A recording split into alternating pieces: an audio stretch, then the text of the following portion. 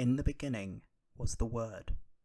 Then came the word processor. Then came the thought processor.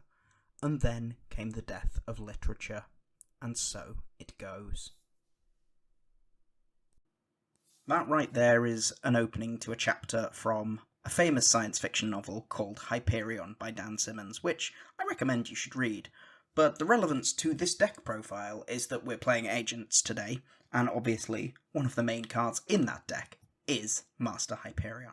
So, Agents is one of my favourite decks. I remember the original structure deck being released, and it's got a lot of support, and now is a very fun combo deck without as many hard ones per turns as you would expect. So, let's get into it. We start with 3 copies of the Agent of Mystery Earth. Now, Earth, when it's normal summoned, note normal summoned, searches a agent monster from your deck to the hand, or if Sanctuary on the Sky is on the field, it can search Master Hyperion instead. This is a 1-card combo for your basic end board, and really helps with setting that up and allowing you to start your plays. It's obviously a big hand trap magnet, and only triggers on normal summon, really important. But it is also a tuner, so that is going for it. It also used to be limited, so there you go. We then have 3 copies of the Agent of Life, Neptune. Neptune has 2 useful effects. One, it can be discarded to summon a agent monster from your hand or graveyard. Remember, that will not trigger Earth's effect. Earth has to be normal summoned. Or if Sanctuary is in the skies on the field, then you can special summon a Hyperion monster instead. Neither player can tribute to the monster summoned with this effect. I'm not entirely sure of the relevance of this, but it does sometimes come up because it means it can't be lava golemed or kaiju'd. Its second effect, if it's banished, allows you to search for a copy of Sanctuary in the Sky. Note, it searches the specific Sanctuary in the Sky card, which most of the time you are using for discard fodder. But still, it's a very useful card for the deck. We then have 3 copies of the Agent of Creation, Venus. Venus is a very simple card, and it lets us summon Mystical Shineball from the deck by playing 500 life points. We abuse this. We can summon Mystical Shineball sometimes up to 9 times in a single turn, using Venus and Dark Venus and Master Flare Hyperion. It's the crux of the deck, being able to spam so many monsters onto the board, and allows us to play the Spright engine. So of course we're playing some Spright cards in here. We then have 3 copies of Mystical Shineball itself. Very bad card, but it does what we need it to do. It's a level 2 normal monster that we can summon from the deck. It has no other real purpose other than just being named on Venus. We then have 2 copies of the Agent of Destruction, Venus. This is a level 3 tuner. It allows us to summon Mystical Shineballs that are banished or in our graveyard, and then returns them to the deck. It also has a special summoning condition. Note, you can only either special summon it using its effect, or summon Mystical Shineballs. Don't get caught out there. And unlike regular Venus, where you pay 500, summon a Shineball, pay 500, summon a Shineball, Agent of Destruction, you have to choose how many you're summoning at the point of activation, and it is a hard once per turn. We play 2 because we need 2 for the combo. We then have our Hyperions. We have Master Hyperion, level 8, 2700 attack, can be special summoned by banishing an agent monster from hand, field, or grave, and then once per turn banish a light fairy from grave, and then target 1 card on the field, destroy that target. It's a nice, easily get-outable level 8, which sometimes is relevant for making synchro plays, and has a nice destruction effect in simplified game states. Majesty Hyperion is the card we will get more often, because Majesty Hyperion can summon itself from the graveyard. It has the inverse stats. It's a dark, it's still a level 8, but has 2700 defense and 2100 attack, and can banish cards from the graveyard instead, and also does some stuff with battle damage, inflicting it to your opponent as well as yourself. We will normally go through Majesty Hyperion in the combos because it summons itself from the graveyard. Our next card is 3 copies of Diviner of the Herald. This is one of our big combo pieces. It's also one of the best normal summons in the deck. It can modulate its level, it's a tuner, it's summonable off HALQIFIBRAX, it's summonable off Spright Elf. It dumps Trias Hierarchica, which allows it to make a 1-card Master Flare Hyperion, and then obviously it extends if you tribute it to summon Trias Hierarchia.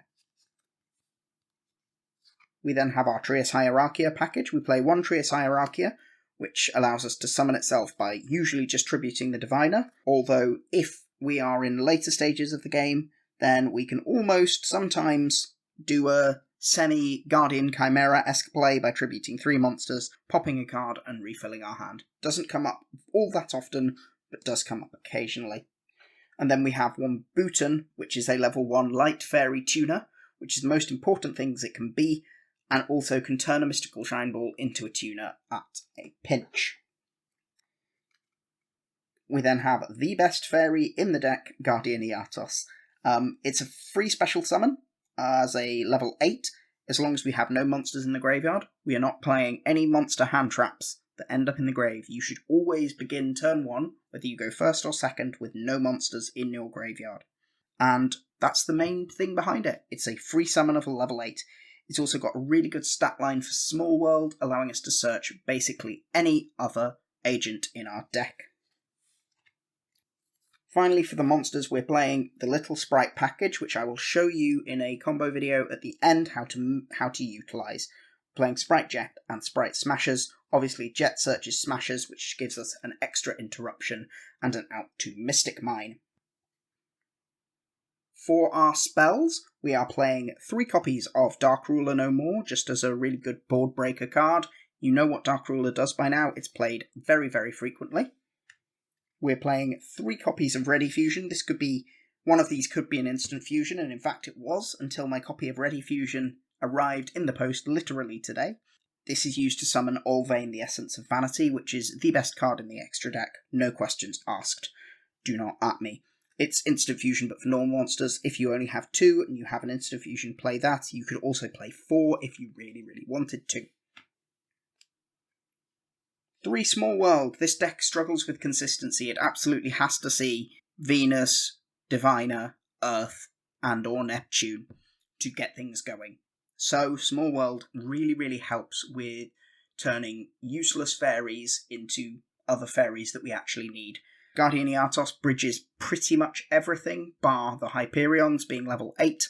It bridges all the other agents in the decks, meaning if you draw multiples, you can very easily cycle them into what you need. It's a fantastic card, and really, really useful for the deck. We then have 3 Sacred Waters in the Sky. This is our main searcher, and just lets us get any Sanctuary in the Sky mentioning monster from the deck, and also gives us some life back if we happen to have Sanctuary in the Sky on the field or in the graveyard. It can also activate Sanctuary in the Sky from the deck, but I'm not sure why you would ever do that, and offers some battle protection. The Sanctuary in the Sky we play just because it's a combo piece that we need access to. Called by the Grave is obviously Called by the Grave. You know what Called by the Grave does. Earth dies if it gets ashed. It's very, very sad. And Called by the Grave helps you play through the Ash Blossom. Fallen Sanctuary is our final trap card, and this is a really, really good card actually. It allows us to set a Sanctuary in the Sky or spell trap that mentions it directly from the deck, giving us some follow-up by setting a Sacred Waters later for a later turn. And then it becomes an infinite impermanence. While it's on the field, you can banish a fairy monster, target 1 effect monsters your opponent controls, and then negate its effect, even if this card leaves the field. And this card's name also becomes Sanctuary in the Sky on the field or in the graveyard, so your cards become that much more powerful when it is active. For our extra deck, we are playing 1 Master Flare Hyperion. Now, this is actually the best card in the deck. It's huge. It allows us to summon Mystical Shine Balls so many times by copying 1 of the Venuses. You're either copying regular Venus or Dark Venus, depending on which one you have access to. And also, when your opponent activates a card or effect, banish 1 fairy monster from hand or graveyard, target 1 card on the field, banish it. Gives us banishing removal in response to our opponent doing anything. Next synchro is the Executor of the Underworld, Pluto. This card is a Synchro Tuner, level 5. We're not making this very often, does sometimes come up, and can obviously also be summoned off HALQIFIBRAX. It gives us Book of Moon, which is a quick effect if we have Sanctuary in the Sky on the field, and we can also banish it from the graveyard, and then add Sanctuary in the Sky from the deck or graveyard to the hand. Remember, again, in the graveyard, Fallen Sanctuary is Sanctuary in the Sky. We then have Hot Red Dragon Archfiend Abyss and Ancient Pixie Dragon. Pixie is just the bridge to get to Hot Red Dragon Archfiend Abyss. You will never use Pixie Dragon's effect to draw a card, because that means you're activating Sanctuary in the Sky, and you don't want to do that. But Hot Red Dragon Archfiend Abyss gives us an out to Dark Ruler and Droplets. It outs Dark Ruler regardless, but unless our opponent sends a trap, we can also negate Droplets with Hot Red Dragon Archfiend Abyss. So it just gives us a one-off, any face-up card effect negation. It's also important that it doesn't destroy that card, which is really useful for things like Tears. We play the one Crystron HALQIFIBRAX because HALQIFIBRAX is really, really good in this deck. It plays a lot of tuners, it needs access to a lot of tuners, and therefore HALQIFIBRAX enables the deck to perform that function. One Protector of the Agent's Moon. This is another one of our major combo pieces. If it's a link summoned, we get to mill a Sanctuary in the Sky mentioning card. We're normally sending Majesty Hyperion because it summons itself back from the graveyard. And then it also has a nice destruction effect where you contribute a fairy monster and target a card your opponent controls and destroy it. One Celestial Nightlord Parshath. This is a really important card for our combo because it's the best fairy Link 3, and it enables us to discard a card and then search any Sanctuary in the Sky mentioning card from the deck. So we can search Fallen Sanctuary, we can search any of the agents, and so on. If Sanctuary in the Sky is on the field already, we can search any fairy monster we want. We're not playing anything that really minds about that unless you really, really need Diviner, but most of the time you've either gone through a Diviner already or are about to make a Hulk play, so you will have access to Diviner. Its second effect, a fairy monster leaves the field, such as by being linked away into a copy of Link Spider, wink wink, then you can banish a fairy monster and special summon a fairy monster from your hand whose level is higher. We can obviously use this by banishing stray copies of Mystical Shine Ball, summoning Dark Venus, who can then immediately bring those Mystical Shine Balls back. This is why we play Link Spider in the extra deck. One Appaloosa, this is one of our combo end pieces. Obviously it's hit and miss with how good it is in various formats, but we make it very, very easily and back it up with other diverse forms of interaction, including from the spell and trap zone. One Almirage, this is needed to make Earth into a one-card combo, because Earth searching Neptune therefore becomes a one-card copy of HALQIFIBRAX. We then play the Spright package with Gigantic and Spright Elf. Elf is incredibly good in this game because Earth is a level 2, Mystical Shine Ball is a level 2, Diviner is a level 2. And we also play a lot of Link 2s as well in HALQIFIBRAX, IP Masquerena, and Protector of the Agent's Moon. Gigantic Spright is used to make the Spright Jet play, which allows us access to a copy of Spright Smashers.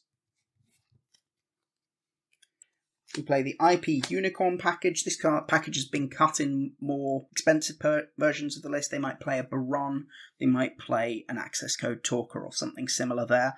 We're playing it because it's cheap, and obviously it is still good.